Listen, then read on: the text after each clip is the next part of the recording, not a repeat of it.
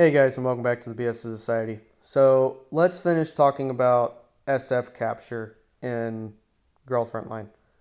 So as I said before, basically the way it works is you have 3 units that pop up at a time, and you can basically pick between one of them to capture, right? And you have 1 star, 2 star, and 3 star. 1 star has a 100% chance, 2 star has a 50% chance, and 3 star has a 25% chance to capture per attempt, right? Now, this system doesn't really have it doesn't force you to buy like gotcha tickets or whatever. Basically, like every 12 hours or something like that, you get basically a pull attempt. And the max, I believe, is 12 to begin with. So you figure when a banner starts, which usually lasts an entire month, basically, so a banner lasts an entire month, right?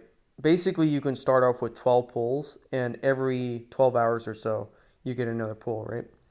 So by the end of the month, you basically would have gotten somewhere around 60 to 70 something pulls. Aid commissions can fill in the gap between the 70 pulls and the 100, right? Now, aid commissions are very useful when you're close enough to basically guarantee your pull. But again, aid commissions cost gems. Now, they do give out free aid commissions, I believe, on a daily basis as well. You also get one for free every month, and there's certain other events and stuff that can drop them. So there's sources to get aid commissions for free, just like the other gotcha tickets. So the system's not that bad. The only thing I have to say is what happens when you don't capture the unit? Do they go away or what? Because that can also affect like how many spaces you have left, right? Or how many units you have left to capture. Now, coalition units obviously also have their own storage system, and I don't know how much it is to expand that. Um, so there's that as well. So make sure you save your gems if you're looking to expand that. Now, the way you use them in echelons, so they don't, you can't use your SF units with your regular T-dolls. Basically, you have to set up like a different type of echelon in order to use them. And this is why the limit for echelons was raised to 14. Because you can have up to 4 coalition echelons. Okay? Now, for each coalition echelon, you have to have a ringleader, right? And basically, they go first. Now, you have basically a deployment cost, which is basically 36. It's always 36, right? And you can put in other SF units to basically max that out.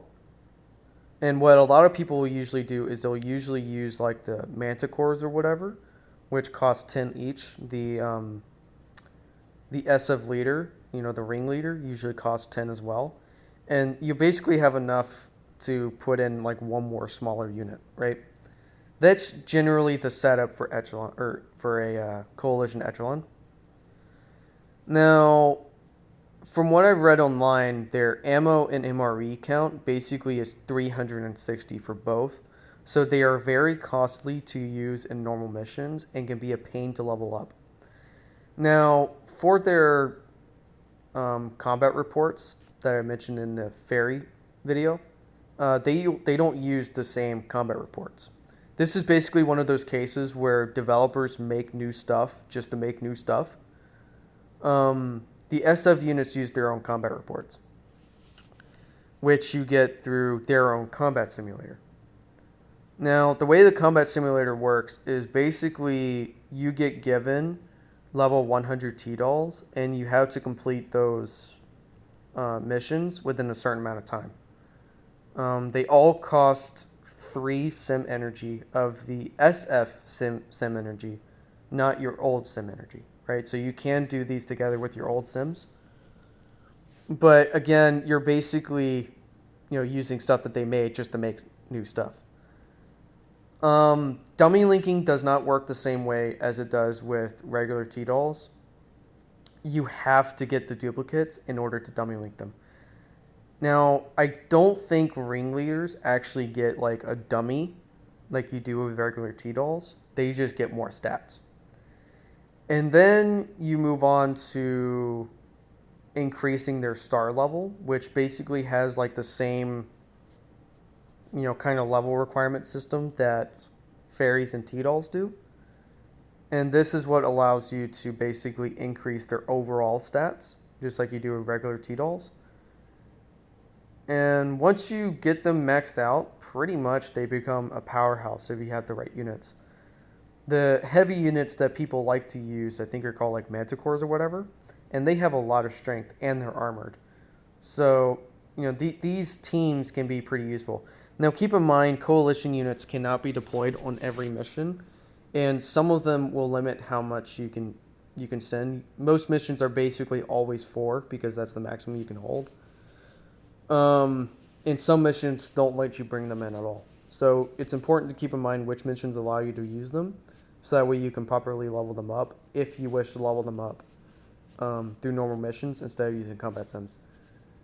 That is basically the gist of the SF units. I think I'll discuss the issues that I have with it in the next video. I kind of already skimmed across them, but I'll definitely get into the issues that I have with them. And then I'll discuss how to fix a lot of the issues that are in Girls Frontline. With that being said, I'll talk to you guys later.